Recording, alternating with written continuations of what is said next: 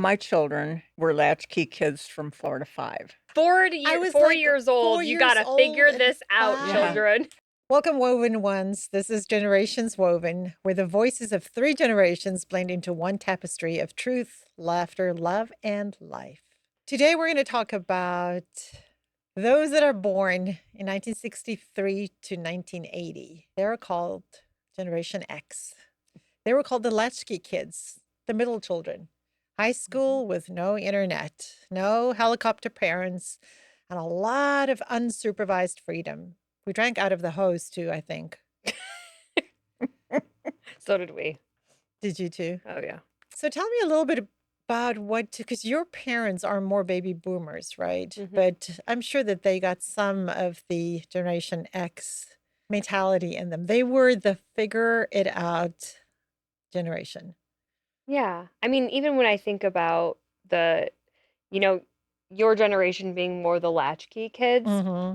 meaning you probably walked all the way home from school or the bus dropped you off, you walked home. Mhm. That was not me, though. Oh, I Okay. didn't get to ride the bus. My mom had to take me to school. I had to go to daycare afterwards, which was across the street from the school until she picked me up, even though I lived just another 4 blocks away. I did not get to ride my bike to school, and I could only go as far as my block Mm-hmm. riding my bike. Mm-hmm. So I was very like protected and not able to go and do things. Like I never got to stay home by myself. Till what age? Ever? 38. 16, I mean, when I was pregnant, finally, like I had to sneak off to do the things that I did. But so yeah, by 15 I was doing some crazy stuff. But my mom especially was just very nervous and Protective. protective. Yes. Mhm. To where every Interesting. time I did take off, I hurt myself. So like one time my sister was watching me. She didn't pay any attention. She didn't care. She was in high school, right? So I took off with my friends riding our bikes where I wasn't supposed to go. And we went down because I'd never done anything like this. We were going down a hill and I hit the front brake, Oh, flipped, landed on my head, crashed, got up, acted like I was fine, and I couldn't. My friends were just like, don't go to sleep because you have a concussion. So like I self-diagnosed? we all self-diagnosed me. So I just stayed awake for the next day because I have a concussion and I can't tell my mom because I took off without her knowing. I was 14, you guys. So I was very different than probably your latchkey ability. Yes, absolutely. I was thinking about this when we started putting this episode together about my generation. The part of my separation and divorce where I didn't tell anyone. But I do remember, and my family said that to me. You keep on saying you're fine, but we can hear you're not fine. Mm. And I think that that is our tagline for this generation. We just, Mhm. if we didn't know something, we would just figure it out. And there wasn't, right. Fine. Yeah, I I'm got fine. Yeah, this. Yeah. that's it. I Yep. got But I this. think that's similar to all generations. I'm going to kind of pull that. I think lots of generations are like that. I think the boomer generation Yeah, is like that, especially in the, when you think about like, and different families are different, but true. the boomer generation is, I mean, your generation too right now, but they're going through medical issues, right? Having cancer, having different things, and they don't tell anybody because it's their secret. And I think that's part of the I'm fine. People don't need to know. And then like we hear this about our own family. We're like, "Oh my gosh, Uncle so and so has cancer." Like we go so long without knowing because it's not a dialogue because you keep everything behind closed How doors. old is that uncle? Boomer. Hmm, interesting. Yeah. On that topic of speaking, because emotions that was not our thing. We didn't do emotions Mm. well. And I could see that with my daughters. And I wish I could have done better there, asking, how are you doing? Asking those type of questions. Um, and we didn't have you're seen and not heard, but it was like, okay, tell me quickly because I got stuff to do. And, life is outside of your emotions. And it's not always about the feelings. And that I wish we had a little bit better understanding of the importance of acknowledging and recognizing that we do have feelings. Feelings are not more important than facts. Facts are important, but there are emotions around that, and we need to hear them. And I think our generation didn't do a really great job at that. Like with your children? Yes, with and we didn't even give ourselves that out to say, well, I'm not feeling great today. It's like, no, I'm going to go to work. And I was talking to somebody at the office this week about a younger generation, and this younger person is early 20s, 23, 24, and in accounting. And actually did say, I'm not feeling like logging on today. And we're like, it's accounting. You don't have that option. And it's probably because it was made okay. And duty, like we talked about, not so much showing up and having that work ethic. Mhm. Because even if you can work from home, even if you're basically online the whole day, you still need to show up and have that work ethic. Yes, does it look very different than our parents that got up and got the sandwiches ready and the coffee ready and they would go to work? Yes, it's very different, but you still need to show up. But what I wanted to say about illness is it's very interesting if you look at younger generations, they'll tell you how they feel. And I don't feel so good in my stomach. I have a stomach ache. Whereas the older generation didn't talk about And they're that. going in for a procedure, it's all over Facebook in detail, it's like, "Really?" And but it's being more open, like, maybe it's that I mean, I would say I agree with you for, like, even the emotions, like, I grew up, like, I kinda just went to my room, right? I did To, not share my emotions, I didn't talk about my emotions because, like, your parents were just they didn't wanna hear it, yeah. and but I think I did the same to my children. I didn't know better Ah. until Mhm. you ladies, honestly, like, until we Mm, have more of these types of conversations about things, and as I learn and grow myself and I see it, but I now with my, son and daughter, like, I'm more aware yeah. of how their feelings or how things could impact them, but I think that is definitely a generational change because now I would say older millennials that are having children older, right? So if True. you're a millennial and you had your first kid at 30 versus a millennial having their first kid at 17, Mhm. there's a difference in how I think they're raising their kids with gentle parenting, Okay, that's what right? it's called? Yes, gentle Okay. parenting is where you don't tell them no. You like deter them in a different way. Redirect. You redirect. So there's a different way of parenting that millennials are doing, and I think it's I don't know if it's going into the Gen Z now, like if they're also parenting in this gentle parenting way or if they're like, yeah, the gentle parenting doesn't work. But there's also now they're like changing with the iPad kids. Like my generation kind of started the iPad kids, Mhm. and I think now the new generation is realizing the iPad is not the best thing. So it's just a Mhm. different way in which we're learning and raising children that continues to kind of evolve. So before we jump back in, we want to ask you something. Just a quick favor. Every month, over 7,000 people watch Generations Woven from everywhere, literally all over the world. But only 3% are actually subscribed. So if these conversations have helped you feel seen, encouraged, or connected somehow, we want to ask you a favor. Why don't you just hit that subscribe button? It is completely free, and it's a way to support us. It helps us keep bringing on meaningful guests and reach more women who may need this community right now. Do it for a friend. I think it's interesting that our generation specifically, we're on the on the cusp of the digital. We moved from analog to digital. And I remember the 286 desktop computer. It's very specific. Yes, well, I was in IT, so I think what computers look like, and you know, everybody has an iPad and a phone, which is like a computer. I mean, I work a lot off of my phone. Just how life has changed, Mhm. and I mean, I feel like I come from a family that are very technology driven anyway. But I can see with my generation, specifically with me now, if I don't get something done or I don't know where to go or it takes too long, I get really frustrated. And I want to go to my daughter, like, here, you're 25, you do it. Mhm. And that's not good. even with To one of figure it out yourself, you mean? Like, you need to be more patient to I do it know I'm yourself? needy. needy. Yeah.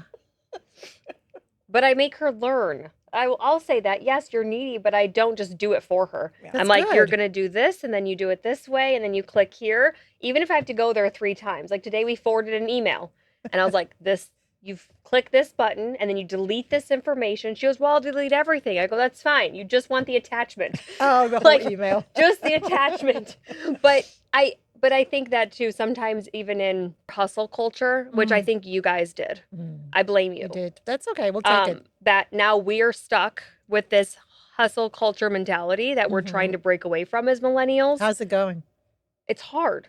Yeah, I know. It's hard. Like you can get kind of like going, and then it's lots of work comes back again, and you're like crash, and you're back into that hustle culture. Like that's what I see is Yeah. it comes in waves, but it's almost expected because the generation before us Mm. built it and made that, the The norm. 8 to 5. And I can tell you because a lot of my age people are now looking at retirement, and it's good. It's good because we are questioning some of the decisions we've made, the lives we've lived, the 8 to 5, the Mm-hmm. 9 to 5, the incredible focus on work. When they talk about work-life balance, we're like, what's that? And it's because that was not important to us, and we paid a price for that. But now that we are entering into that space where we're looking at retiring and thinking, oh my gosh, you're not going to have a title, you're not going to have a paycheck, your life is going to be different. I think it's a little bit of a shocker. And you're retiring later. We are definitely retiring later. Yeah. When I speak to people my age, they're like, I might retire from corporate, but I'm going to start a new business, or I'm going into real Mm-hmm. estate, or I'm going to do that. Like needing a good hobby. A payable hobby or a passion In some, project, yeah. something. Mm-hmm. And I think that that is very typical because we're so used to working, getting up in the morning, doing things. And I don't know, Judy, every time when you speak about retirement, I'm like, oh, but I know that there's still some oomph in this generation. And we want to do things, we want to leave a legacy. My mom always says she feels like she has a lot of answers now, but then nobody's asking. Oh, wow. I'm like, oh my gosh. So we ask as much as we can. What was high school like for you? For me, high Like, what were school, the stressors that you dealt with? probably very different than today because we were not on social media. Our whole lives were not portrayed in a Facebook post. We could be naughty, which I was definitely one of those. Like, what? What was naughty? Um, because the school had very strong rules, I would break most Did you of ever them. skip school? We weren't allowed when we were in when our senior year. One of our exams we were allowed to study from school, from home. We could Yeah. study from home, and it was so bizarre. That thing still haunted me for many, many, many years till like recently, like the last 5, where I'm like. I'm supposed to be at the office or I'm supposed to be in school. I feel like I did something wrong. And it's Wow. and it's part of that generation of work ethic, like you show up. It doesn't matter how Yeah. you Yeah. feel, Yeah. you show up. So that was very different. I think there's good and bad to that, but I think it's okay to just Yeah. ease a little bit out of that because life doesn't have to be that serious. It doesn't. So school was easy for me, I would say. It was very social. We come from a really strong athletic family, so I played everything and did well. I did my thing. The subjects I liked, and the ones I didn't, I didn't. But it was hard because my mom was a teacher in that same school. Oh. And I What remember was that like? Yeah. um it was hard. It was hard. And I remember the day that I became, they call it a prefect. So you're in leadership in school. So my senior year, my mom said, now you have to remember something. I'm a teacher at this school. You're a prefect.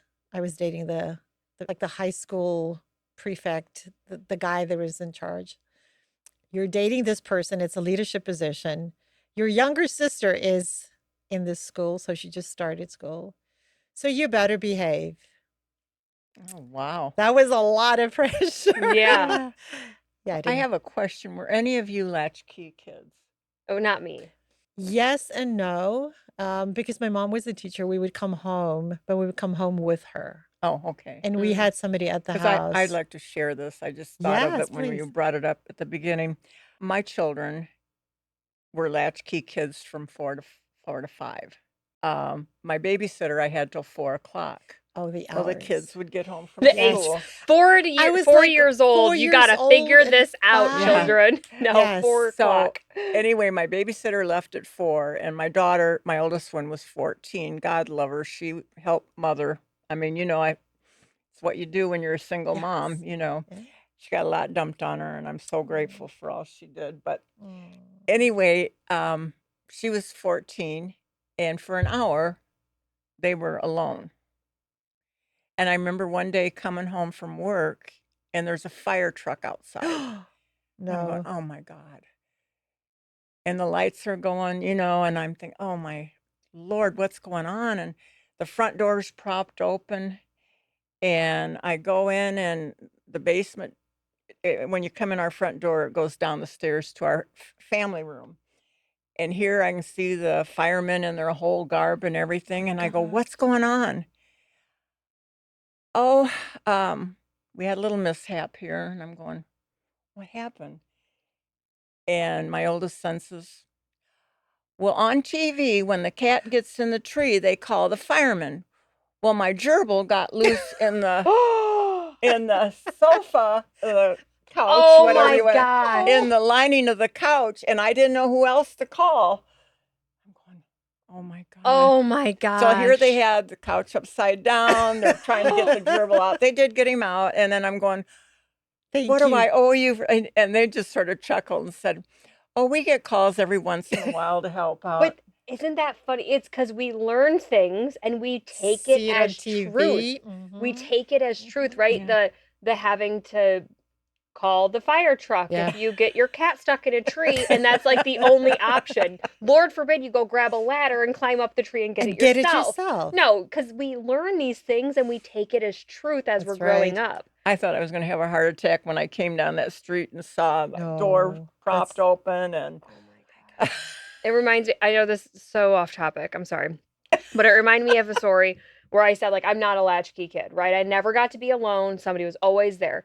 Well, one day my sister was supposed to take me to my grandpa's house, and I threw a fit. Like, I did not want to go to my grandpa's house. I wanted to stay home. I didn't want her to go hang out with her friends. I wanted her to just stay so I didn't have to leave, because when I got to stay home, I got to like be in my room, do my own thing. But at grandpa's, we watched the Cubs game, or he had the like Spanish channel on, volume to the top. It's all you heard, like the screaming. And then like he was like he was like almost 90, right? Like in his 90s. He was just sitting in the chair just hanging out, right? And I was young. I wasn't thinking, "Oh, let me see what wisdom I can get from my grandpa," right? I'm not sitting there asking him questions. Anywho, so I wanted so badly to be alone. So I told my sister, I was probably 12. I was like, "Just leave me here. Like, let me just stay."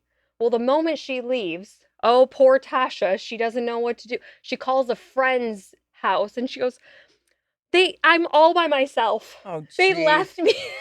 they My left sister me. left. I'm by myself. And I acted so ridiculous. I'm like, my mom probably wanted to like choke me. Once, the Sturbas called her at work to be like, Tasha's home alone. And it became a They whole left thing Oh, her. no. because I wanted to stay. And it made me think of the latchkey. Like, your kids are at home, like just figuring out life, Yeah. calling.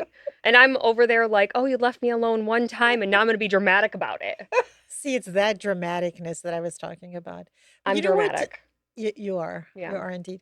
But I was thinking about traveling. I have never been on a plane. I had never been on a plane till I decided on my own I'm coming to America. And my parents know That's a this. movie. That's a movie. Yeah. Coming to America, Yeah. yes, it is. And I didn't tell my parents this at the time, but I knew that I was not going to come back. Yeah. And I was 23, smoking, and I got a seat at the back of the plane where you could smoke. Can you believe that? Oh my Oh. You could gosh. still you could still smoke. And you could that is smoke wild. cigars. I Oh, I remember don't know that. about that, but I do Yeah, I do remember the remember That cigarette. is sitting wild next that to you could someone. smoke. But You you're could. like, I'm 23. Did I you can order a suck. drink? I don't think so. I Oh, doubt it. you're This like, was my very first time. I mean, I flew to London. My my dad just said, "Make sure you call me, and make sure you are okay." Um, and that I thought back about the things we did, the huge chances we took. Mhm. Never flown before, got on a plane, went to London. I think I had a 7-hour layover, had no idea what London was like, and packed my suitcase and then got on another plane. And hello, America, here I am. and you flew to Chicago? Or No, what this state? was LA. So I Oh, came, yeah, when I moved here. The first time I was in Los Angeles.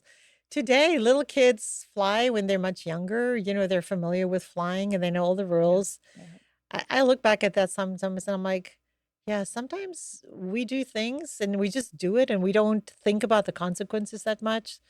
Today, I feel like I'm much older and I think more of, okay, if this happens, I have that. And when we were younger, we just did things. And I'm sorry that you lose a little bit of that as you grow older.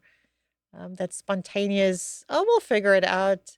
Just bring the credit card if you need something, and it's going to be okay. I don't know. I don't know if we necessarily lose it. I think it changes a little, I right? It think, depends on where you are. Like when I was more spontaneous, like when I had just Aaliyah, like her yeah, and I would like fly down to my dad's in Florida, just her and I, and we're like on her first flight at 6 months old, and it was no big deal. yeah, But then as I got to the point, because my dad paid for the flight though, right? that makes a Yeah. difference. But once you have to spend your own money, Yeah. everything is more methodical because you have to make sure you have enough money for the children, for the planning. Like I planned our vacations very rigidly because I had to know exactly how much money Right. I could spend each day because if something happened, I didn't have an unlimited amount of money Yeah.